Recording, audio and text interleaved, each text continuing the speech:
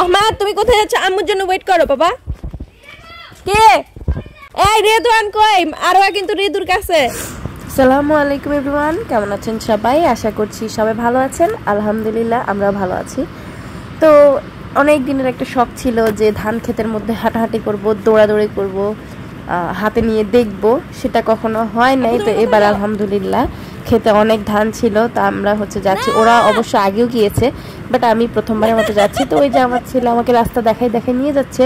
সামনে আমার বোন, দুটা বোন গেছে, তারপরে পিছনে এই যে ও আসতেছে, ও পিছনে রয়ে গেছিল, তো দৌড় দিয়ে চলে আসছে যাওয়ার জন্য। আর ওই যে ওরা সবাই ওই দিক দিয়ে যাচ্ছে।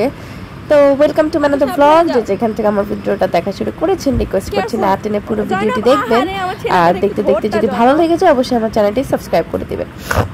যারা অলরেডি তা করে ফেলেছেন তাদেরকে জানাচ্ছি অসংখ্য ধন্যবাদ। শহুরে জীবনে অনেকেই আমরা ধান ক্ষেত দেখতে পারি না, তো আজকের ভিডিওর মাধ্যমে যারা দেখেন নাই তারাও দেখে নেবেন আমার চোখ দিয়ে। তুমি জানো না পড়ে যাও এই জন্য। আচ্ছা ঠিক আছে, ওই না। আচ্ছা আচ্ছা আমার সাথে। ওয়াও, আমি কি আসছিলাম আর কোন দিক দিয়ে গেছি জানো? এই দিক দিয়ে। তাই লিমা, আমি আহমাদের হাত ধরছি, ও আমার কি জানো না পড়ো, আমার কি বলে জানোস? তুমি জানো না পড়ে যাও, এই জন্য আমার হাত ধর।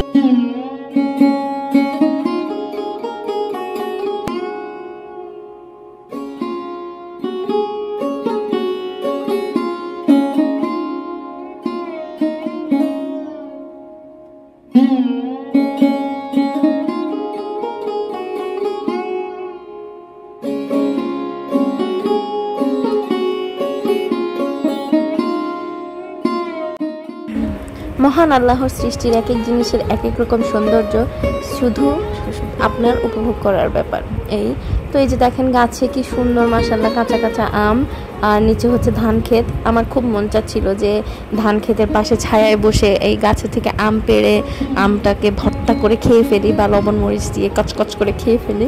কিন্তু আমি কেন জানি টক খেতেই পারি না। টক খেলে কেন জানি আমার মাথা দিয়ে ধোঁয়া বেরোতে থাকে। এক কথায় আম্মুর কাছে গল্প শুনেছি যে আম্মুরা নাকি যখন ছোট ছিল তখন এরকম ক্ষেতের মধ্যে বসে এক ক্ষেত থেকে মরিচ নিয়ে আসতো, এক বাড়ি থেকে লবণ নিয়ে আসতো, আর এরকম গাছের থেকে আম পেড়ে ক্ষেতের মধ্যে বসে বসেই সেটা খেত।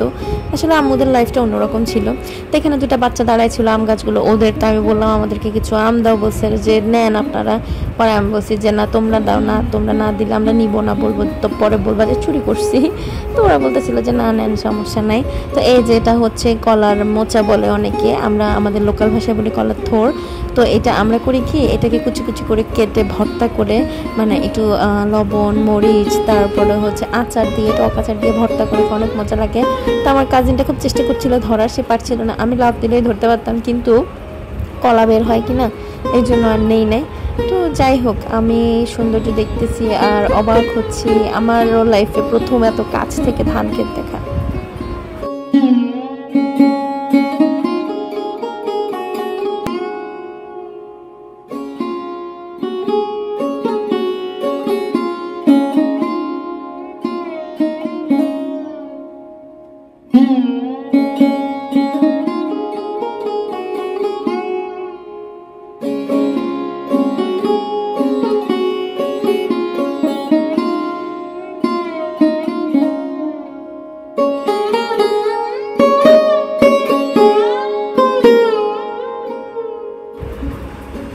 প্রায় আমাদের শহুরে জীবনে এটা সেটা নিয়ে অনেক বেশি ফেড আপ হয়ে যায়। তখন বলে ফেলি যে আল্লাহ কেন আমাকে এই দেশে পাঠালেন। কিন্তু যখন আমি গ্রামে আসি, গ্রামের এই সৌন্দর্যগুলো নিজ চোখে দেখি, গ্রীষ্ম বর্ষা শরৎ হেমন্ত শীত বসন্ত এই 6 ঋতুর সৌন্দর্য দেখি, তখন মনে হয় যে আল্লাহ তাআলার কাছে লাখ লাখ শুকরিয়া যে উনি আমাকে এই দেশে পাঠিয়েছেন, আমার জন্ম এই দেশে হয়েছেন। আমার খুবই ভালো লাগে তখন। এই যে দেখেন এই সৌন্দর্য আমি কোথায় পাবো? আর বলেন হ্যাঁ, অনেক দেশের অনেক সৌন্দর্য আছে, কিন্তু আমার দেশের মতো না। আমার ছোটোবেলা থেকেই খুবই ইচ্ছা আমি কখনো আমার দেশ ছেড়ে কোথাও যাব না। আমি জানি না আল্লাহ রাব্বুল আলামিন আমার রিজিক কোথায় রেখেছেন, রিজিকের টানে যেতেও হতে পারে, কিন্তু আমি আমার মন থেকে কখনোই চাই না আমার দেশ ছেড়ে আমার কোথাও যেতে।